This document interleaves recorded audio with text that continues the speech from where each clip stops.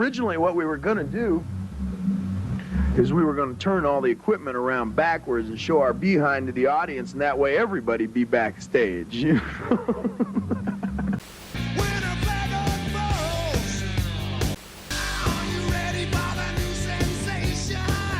The 80s were the wildest musical decade in human history. There was an insane level of diversity when it came to genres, artists, and bands. And all of these genres were pushing themselves to be bigger, better, and over the top, introducing crazy hairstyles and clothing that made them look like crazy scientists experimenting with synth beats.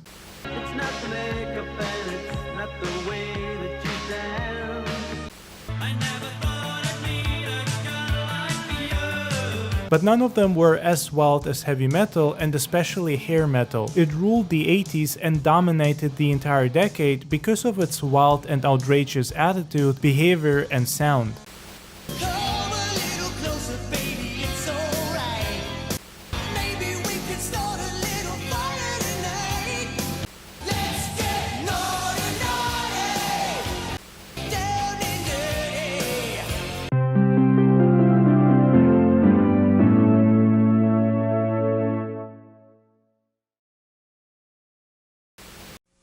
Hi, this is Paul Stanley, and guess who I'm spending tonight with? I'm spending tonight with you. I'm gonna have videos from Kiss, Scorpions, Iron Maiden new video, Motley Crue, what more could you want? On MTV's Heavy Metal Mania. I'm hosting with all my girlfriends, and we're coming looking for you. 10 p.m., 9 Central. Be there. Hair metal is one of the most interesting subgenres of heavy metal because of its diversity and willingness to evolve and experiment. People these days don't really understand just how complex hair metal could be. Many view it as a joke or like a bad decade in music, despite the fact that hair bands sold more records than most other artists at the time. I mean, Quiet Riot literally beat down Michael Jackson's Thriller and took the first spot on the Billboard charts instead, which is wild to think about considering just how massive the Thriller album was. The fact that a heavy metal band overtook it was a huge deal at the time, and it still is a big deal and one of the reasons why Metal Health is such a legendary album.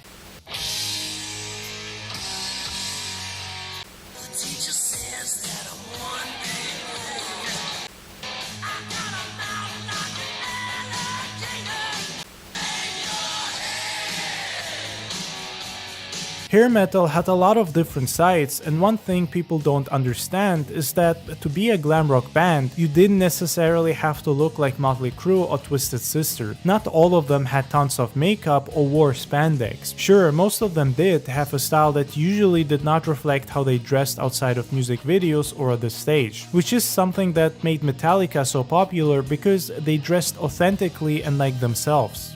They're just like us. They party, everything. They turn it up. They crank up the volume.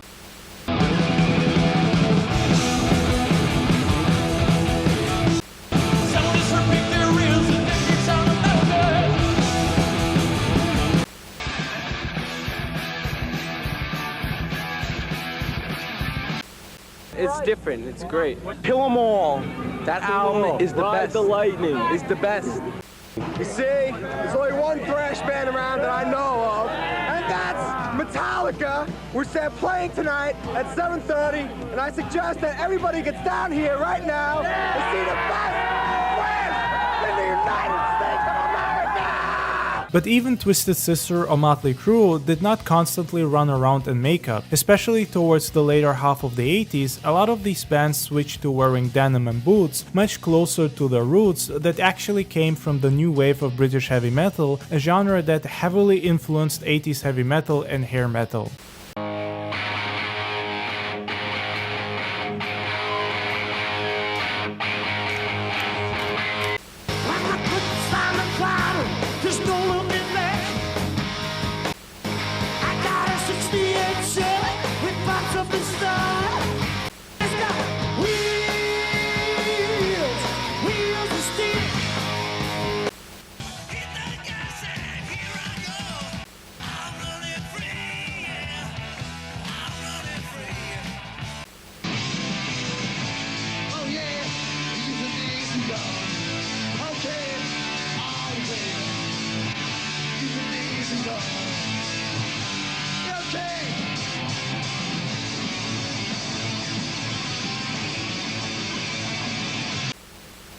after midnight, rocking to the dawn, loving till the morning. I'm gone, I'm gone.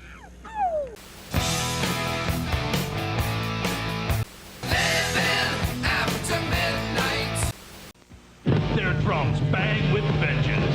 Their voices scream with power. Their guitars shatter your senses. Metal Maniacs, your albums arrive. Masters of Metal with Rush, Dokken, Van Halen, and Kiss. Rainbow, Crocus, and hard-rockin' Iron Maiden. Masters of Metal. It'll leave you screaming for more at a store near you. You can't stop rock and roll with steam and flow. But never to be caught. Cold as ice, hard as stone. All hell's breaking loose. It's a showdown in a no man's land. Baby, cross my wire. Overload my circuit.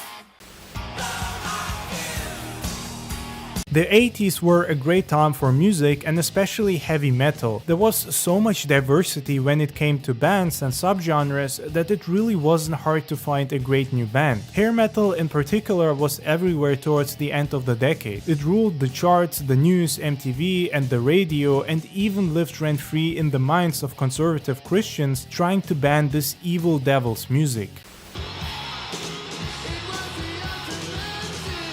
These guys were constantly competing with each other, which led to some iconic records, and it also brought about the era of MTV's Heavy Metal Mania and Headbangers Ball.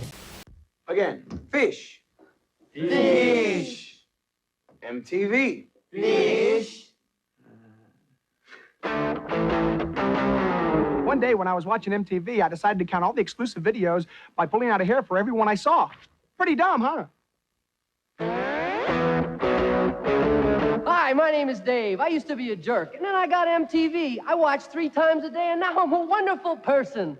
Just hit the switch and you're at MTV. Should've known better, should've seen right through. She said you just got lucky. I believe your deadly lies. She's my cherry pie. Wow! And swinging on the front porch, swinging on the lawn. Cool drink of water, such a sweet surprise. Friday night, Motley Crue may have a new, clean, sober image, but they still rock the charts with Dr. Feelgood on Night Track's Power Hits.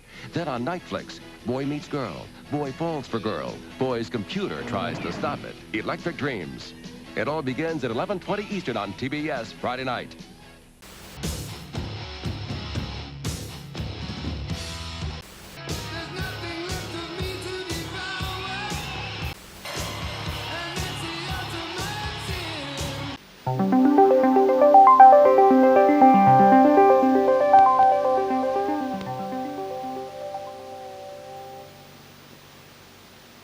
Hey, man, don't be squirting water at me. I'm gonna f your girlfriend, pal. Everybody out!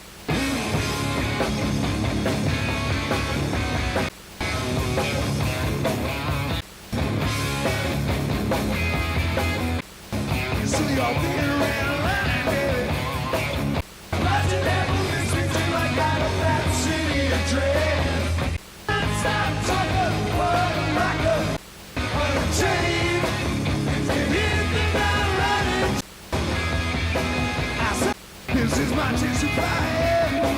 Van Halen always introduced themselves with a massive bang. I mean, these guys had some of the most energetic and amazing live shows back in the late 70s and early 80s. Eddie dominated by shredding so hard it would blow your mind off, and David Lee Roth would be showered with bras and panties anytime he showed off his moves by jumping and spinning like no one else.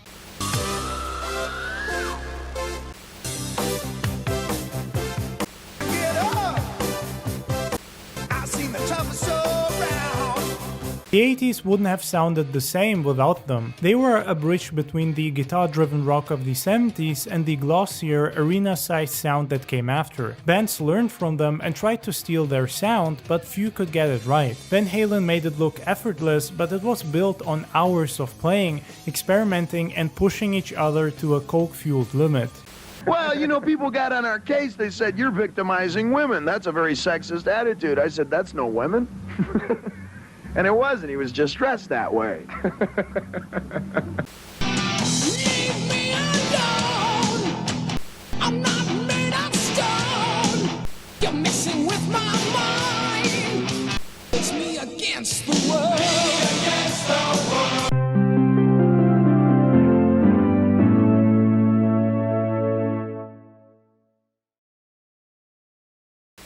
World Tour 85.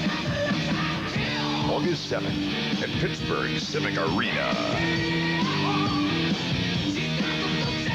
Get your leather together. Motley Crue, for example, was constantly surrounded by media controversy either due to their reckless and out-of-control behavior or due to their music being written in, at least at the time, highly offensive and sexual ways.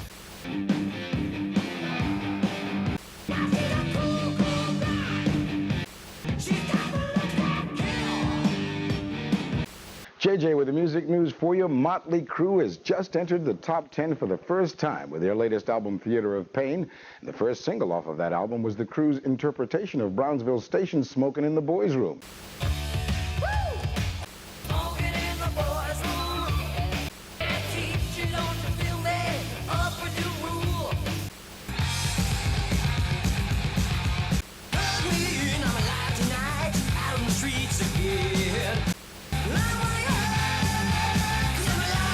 It would be unfair to say that hair metal was very superficial and had no substance to it, or that these artists were not capable of writing amazing and even deep lyrics. They were, and some of these people were extremely talented and wrote some of the most iconic songs ever made. Songs that are still played on the radio to this very day, not to mention the recent resurgence of the entire genre thanks to social media and sites such as YouTube, Instagram, and TikTok. It was superficial in the sense that image and looks played a huge role, not just talent. A lot of these bands would straight up refuse certain people from joining if they didn't have the looks they were going for. But that's just one of the reasons why the genre is so great. These aren't just regular musicians, they are performers.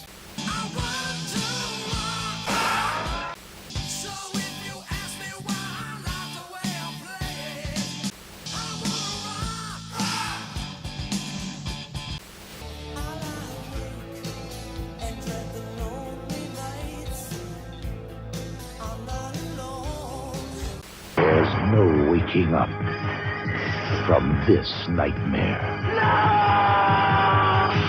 A Nightmare on Elm Street, Part 3, Dream Warriors.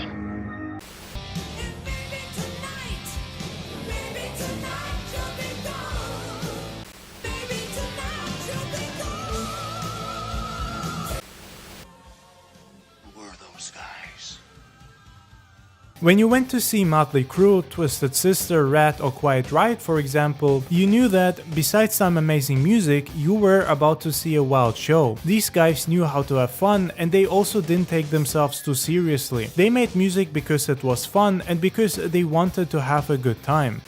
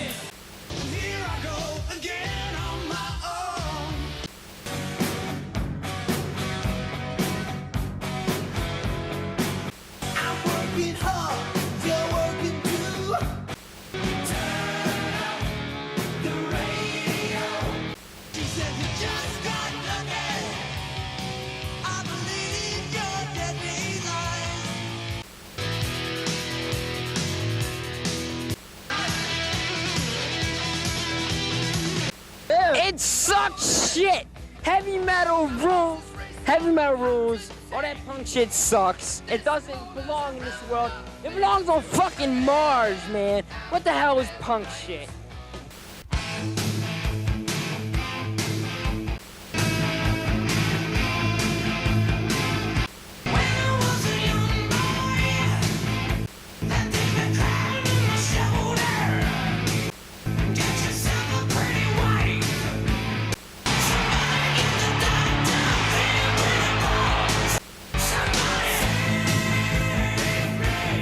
It was the greatest decade for metal music and a time when heavy metal was still relevant and evolving. I mean, it was really everywhere, even constantly talked about on the news by politicians or various activists trying to ban it, such as radical Christians thinking metal was devil's music. We're holding them responsible for encouraging kids to do violent acts against themselves.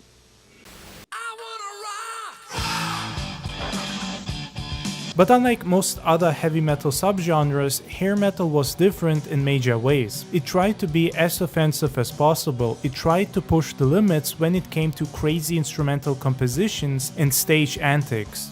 The outrageous edge of rock and roll has shifted its focus from Elvis's pelvis to the saw protruding from Blackie Lawless's codpiece on a Wasp album. I got this glint in my eye whenever I'm performing, which keeps people off balance where they're asking, is he or isn't he serious about this? Those people have obviously never seen that glint. I mean, how can any grown man walk around with a 12-inch saw blade between his legs and take that seriously?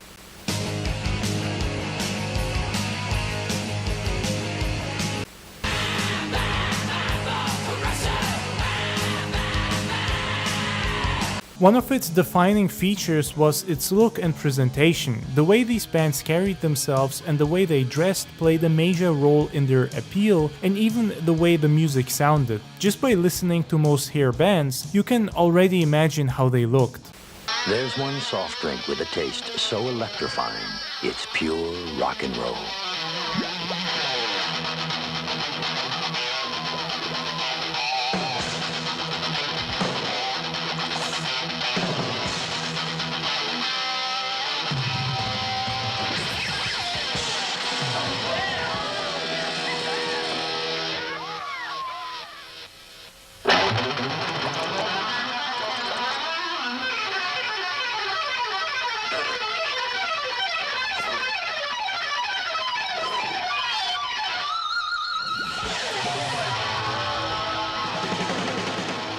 Pepsi, the choice of a new generation.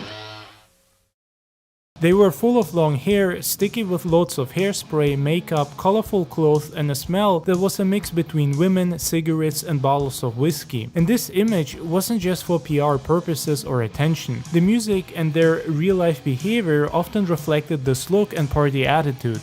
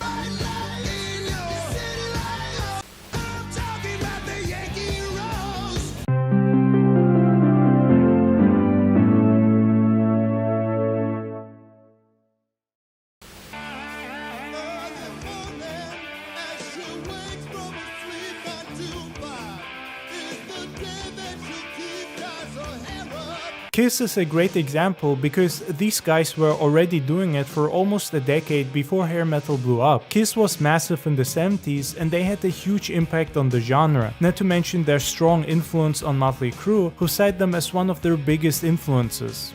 Kiss, smashes, thrashes and hits. Your Kiss collection isn't complete without smashes, thrashes, and hits. 13 rockers, remixed and remastered, plus 2 new tracks produced by Paul Stanley. Don't miss smashes, thrashes, and hits.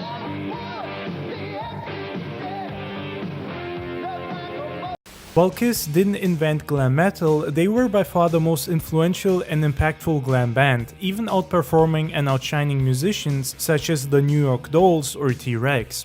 Best believe I'm in love, L-U-V. I always saw you just before the dawn, and I'm looking for a kiss.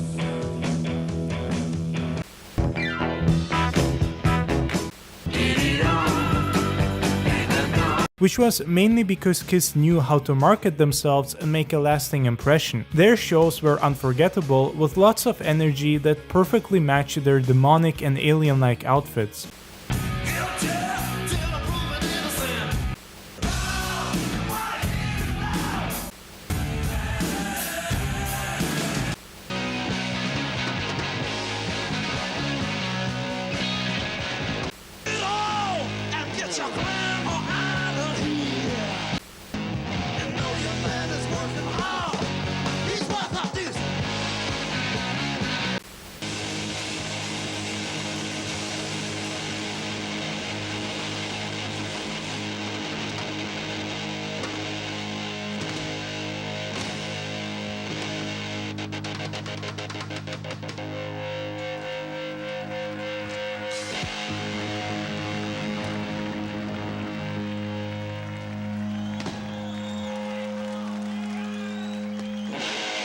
And it's easy to see why they had such a strong impact on hair metal and hair metal bands.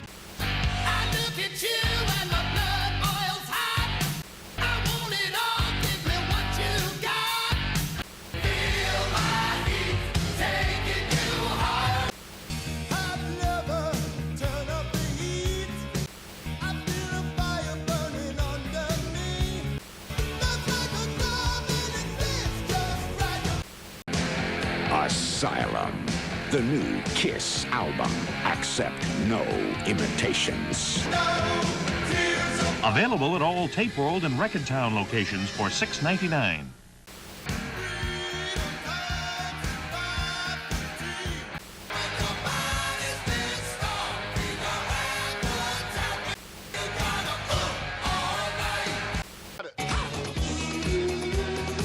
Yes, the Paul Stanley workout tape for dirty minds and clean bodies. I will show you how to get the body you always wanted and the woman it belongs to. Yes, the Paul Stanley exercise tape. Join me, won't you? The Paul Stanley workout tape, available where better videos are sold. Because a muscle is a terrible thing to waste. Because they were all about partying, getting laid, and having a good time. The songs, aside from power ballads, were usually uplifting and made to get you head banging or dancing. It wasn't like grunge, for example, where bands had a habit of writing about dark and depressing subject matter all the time, which in my opinion is also why it's more fun to listen to something like Bon Jovi or Motley Crue rather than Nirvana. As amazing and legendary as Nirvana is, because there's only a handful of times that you can listen to songs that sound dark and hopeless. Bon Jovi, on the other hand, was made to be listened to on repeat all the time.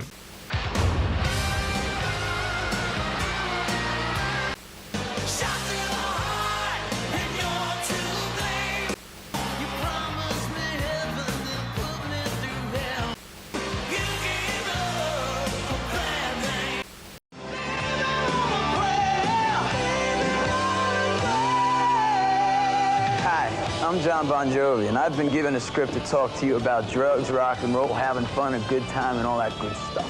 Well, I'll tell you what, drugs is not a part of my everyday routine. It's not everyday fun. It's not good for you. All right, so listen, think twice before you do drugs, because there ain't no winners out there doing it.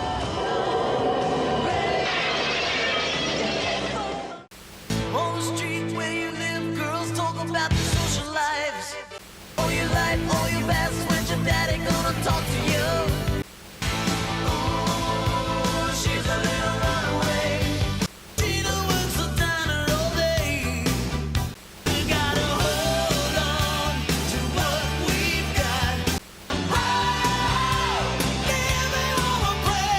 which was the case with most hair metal songs. Their whole idea was to be as pleasant to listen to as possible, and interestingly enough, the lyrics often didn't play a big role. A song could have highly questionable lyrics such as Winger's 17, but still be played by major radio or TV stations due to its catchy sound.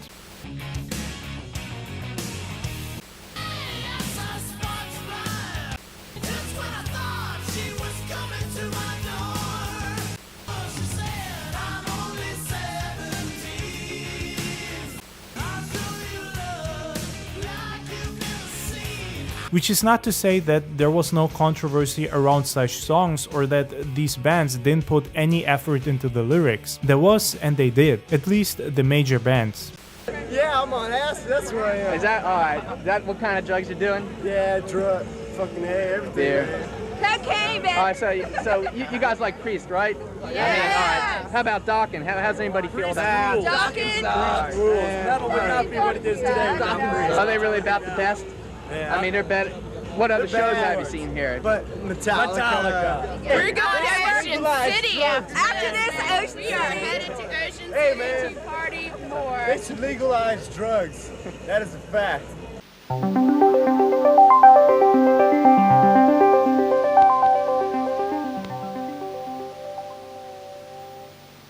Power ballads were the heartbeat of the 80s rock scene. Every band felt like they had to make one, especially when they had big hair and a large female fan base. It was interesting because a lot of these guys projected a tough and hardcore vibe, presenting themselves as rebels that wanted to break society's morals and conventions.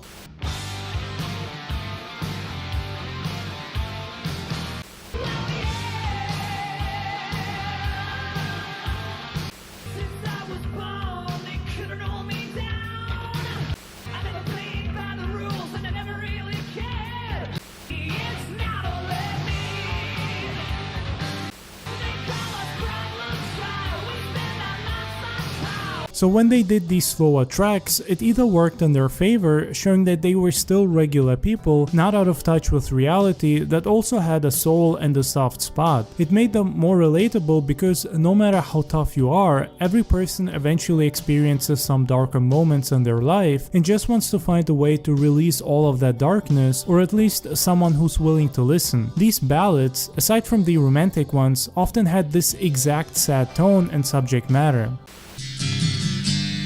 Fallen hero with a face like me. And if I scream, could anybody hear me?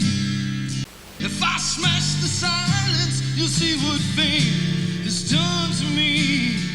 Kiss away the pain and leave me lonely.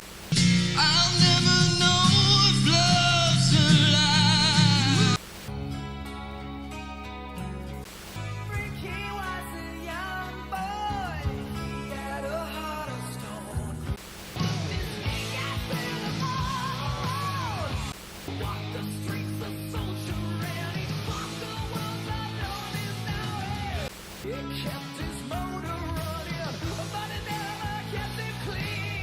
Even though power ballads are usually associated with the 80s and especially hair metal, not every song or band had to be part of the glam scene or be a metal band. In fact, the genre itself didn't even originate in the 80s. There are a lot of misconceptions when it comes to power ballads, with most people thinking that they had to be sad, depressing, slow or romantic songs. And there definitely is a huge collection of songs that did fit that category and were perfect for when you had a date or knew you would get laid. You'd play some Whitesnake while getting closer and closer to your woman, surrounded by wine and candles, while the neon lights of the 1980s provided the perfect atmosphere.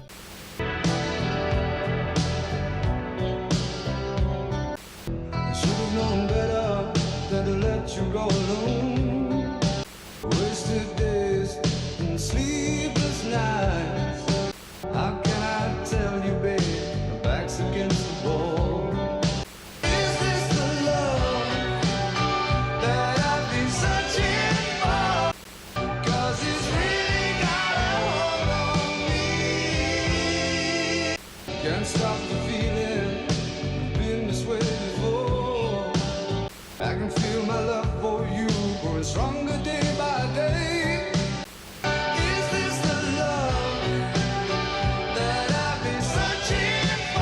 But not all power ballads had to be romantic songs. They usually had a certain sad or desperate element and tone, but they could also be highly motivational or even positive. There are songs in that genre that you probably have listened to many times without even realizing that they were power ballads.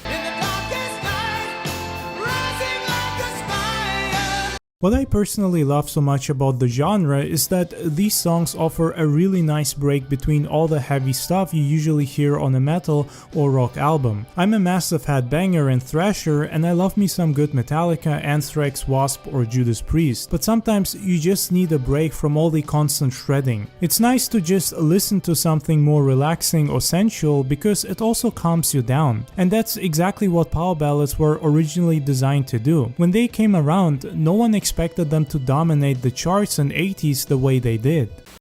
On the street where you live, girls talk about their social lives. All your life, all your past, when your daddy gonna talk to you. Ooh, she's a little runaway. I count the falling tears, they fall before my eyes. I call you on the phone.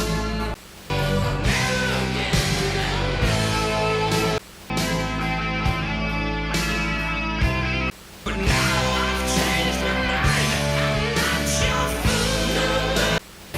Nobody's Power ballads also defined a lot of moments in people's lives. School dances, mixtapes, or late night drives alone or with your girlfriend. They were songs that stuck to your memory even if you didn't want them to. What also made them special was the way they balanced image and emotion. You could have a guy in leather pants, makeup, and dripping in hairspray standing on a stage with smoke machines going off, and then he'd pour out a love song that sounded like it was tearing him apart on the inside. The contrast made it work because, at least before the genre got oversaturated, it felt real and different. It was raw, over the top, and completely sincere all at once. It's not just about making a sad song, it's about going deep inside your soul and trying to communicate your darkest feelings and emotions.